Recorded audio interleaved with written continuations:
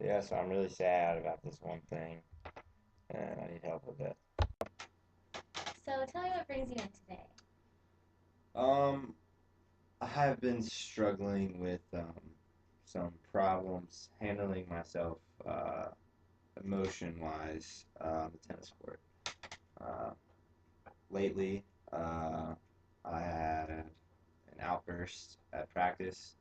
I broke a racket, and I yelled some bad words, all amidst the women's team watching us, and our coaches are very big on being respectful, especially around other people, and to punish me, he took me out of our upcoming tournament, um, and I'm having a tough time dealing with that because I'm one of the better players on the team, and I want to play for the school. That sounds like a lot to Yeah, it is. I'm so competitive in this game, and when it comes to winning and losing, it's I give it my 100% every time, and sometimes competition can bring out some good and bad emotions, and at sometimes my bad emotions overtake the good ones, and it is a pretty good amount to handle. But there's other things as well, like I'm stressed out from other things like school, and it's sort of tough to put in 4 or 5 hours of studying a day and 4 hours of tennis, and then I have to stay in shape by lifting, and it's just a very stressful atmosphere. handle. Okay, so I heard you say that you're going through a lot of different emotions, right? Correct. Can you explain a little bit more about that? Yeah. Well, obviously, when someone's winning, they have good emotions. You pump it up. You pump your fist or do whatever. However, it's with me. Anger is the strongest one that I can show in tennis. I have high standards for my playing ability, and I don't not good at accepting anything less than the best that I can produce playing wise. And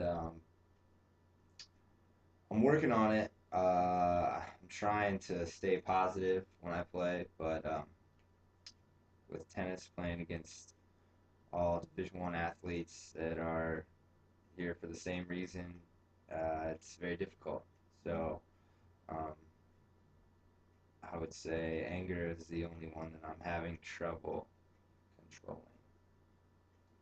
Okay, so what do you think it is that gets you to that point with your anger that makes it out of control? Well, generally, in the moment of a match or playing against someone in point play or whatever, um, while the match is going on, I'm pretty good at handling myself for the most part. Obviously, I have, I'll say a bad word every now and then, or I'll get a little, angry. But generally, the outburst to the point where it becomes uncontrollable is after I lose. That is something that I have a very tough time dealing with is handling defeat. And I just want to be the best. And that's understandable. Of course, I think I think everyone wants to be the best at whatever they do, and I've invested 11 to 12 years in this game, and I've put my heart and soul into it every day that I step out on the court. So losing is very difficult after you go through all that. So So you put in a lot of work towards this, is what I'm hearing you say, and it's kind of when you have to deal with losing that makes it feel like the work was not really yeah, I guess you not could enough. say that. I don't know. I guess all the hard work that I put in for this game, um, I do like to give myself a feeling of accomplishment, but with with sports for me, you have to never be satisfied with where you are. You always have to be wanting to do better, wanting to get, wanting to improve every day. So maybe after a win or a tournament that you do well in or something like that, you have a day where you feel good about yourself. When it comes down to it, you have to be ready to keep grinding the next day. So um, I try to keep pushing even when I feel like I've been playing well, and that could be healthy or unhealthy. I'm not too sure, but I always I'm pretty competitive. So do you think it's healthy? Uh, do I think it's healthy? Well, at a certain point, yes. I think it's pretty healthy to have something that you strive for. I think that always is good for to have something to motivate you. But there is parts of it that aren't healthy. You know, at at some point, you have to set realistic goals and expectations for yourself. Because that's the only way that the game can be fun to you is if you set realistic goals that you can achieve. And I feel I set maybe a little bit higher than realistic sometimes, and that can cause you to let yourself down, and no one likes that feeling, um, that I know at least. And I think in that sense, it's not very healthy now. So can you explain to me, going back to the issue where your problem is that your coach decided not to let you travel, right? Correct. Can you explain to me a little bit more about how you're feeling when that I haven't had a worse day all year really. I mean, it started off. I was having a decent practice. I was playing okay, and I go up against one of my best friends and teammates and co-captains, and with me and him, it's always very nitty gritty, and we want to win so bad that it gets very heated and intense. And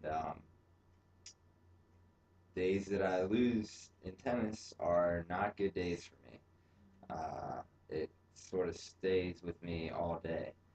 And then after losing, um, to find out that you've been taken out of the next tournament, is an absolute, it's an absolute pain.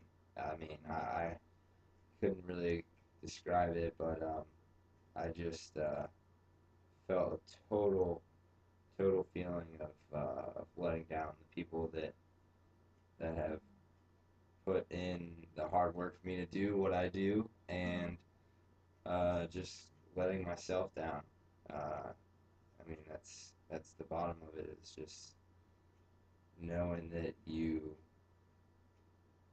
messed up something that could affect your future is not a good feeling unless it's something good. So I uh, I was extremely disappointed. I felt terribly guilty. Um, My parents wanted to come watch me play. Uh, it's they haven't watched me play in a while since summer, so it's been tough on them. They just want to see me play because they used to watch me play every weekend. So um, to make them wait a little longer is not a good feeling, and at the same time, letting down my team. I mean, that's the number one thing is you want to do the best you can for your team, and the program for tennis here is very strict, and it's very very highly respected, and I I let them down, so I couldn't feel more ashamed about it. So you mentioned you're a captain, and you feel seems like you're a good example for the other people on the team. And how do you feel like your behavior reflects that?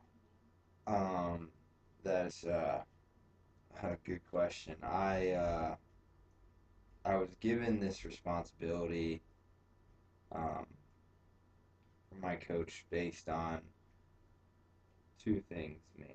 One was I have good team camaraderie. I get along with all the players on the team.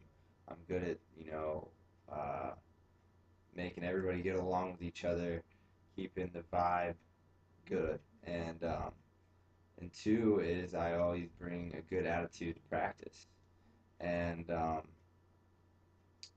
that's obviously there's way more responsibility that you could have being a team captain, but for me, the easiest part is always coming to practice with a good attitude because I love the sport that I play, and